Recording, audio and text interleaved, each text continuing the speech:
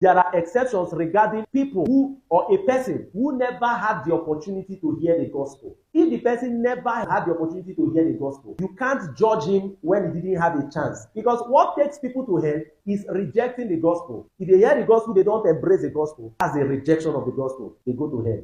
But how can you judge whether someone rejected or accepted the gospel when the person never heard the gospel? Are you getting what I'm saying? So let me create an illusional instance, a hypothetical instance. For instance, this is a house, all right? This is a compound. They gave birth to somebody in that compound, and the person grew up there, all right? His parents were never Christians. He grew up to a certain age. The parents left him in that house. He was locked up in that house, but everything he needs to survive is in that place. So maybe every day they will smuggle food, just like an imprisonment, smuggle food. There's water, there's everything, but no television, nothing connecting to the outside world. Everything necessary for survival is there, water, lights, and all of those things. And he lives like that to a certain point and he dies. So how will you judge that person? How will you say he rejected the gospel? He never heard the gospel. So that's an exception. And that's what makes for the principle in theology that we call compassion with justice. And that principle applies to people like the deaf and dumb, especially the deaf. Because someone can hear the gospel even if he's only dumb. If he's dumb, it's only his mouth that is incapacitated. But if he's here,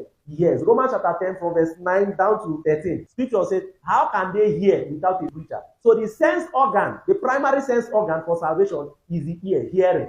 Right? So if somebody is deaf, this principle may apply. But it may also not apply because deaf people also have their mode of communication. There are deaf people who are lawyers. Yes, there's this story of this woman, I've forgotten her name. In America, she was both deaf, blind. She grew up to become a professional. You know, blind people have their way of education. They use braille to teach them. Blind people. Have you not heard of school for the blind? There's one in Lagos, Pacheli School for the Blind. People even donate to them. Oh, you didn't see blind people when they were doing that go challenge. You didn't see blind people come and do their own go. How do blind person know go and they know when they will reach that point where do the first one, do the second one, then one person will start chasing the other one chase the other one jump to one iron like that. Blind people. So similarly, deaf people also have a mode of communication. Have you not watched television programs where they are talking and then there's one small box, somebody is giving sign? That is communication. The gospel can be communicated through that means. So if a deaf person, someone has communicated the gospel to him through that means, this exception will not apply to the deaf person if he did not accept the gospel. This exception, which I call compassion with justice, is only applicable to people who, for no fault of theirs, did not have the opportunity to hear the gospel. Some deaf cases, some people like the instance I created, and then it's the same principle that applies to children who die, little children who are not,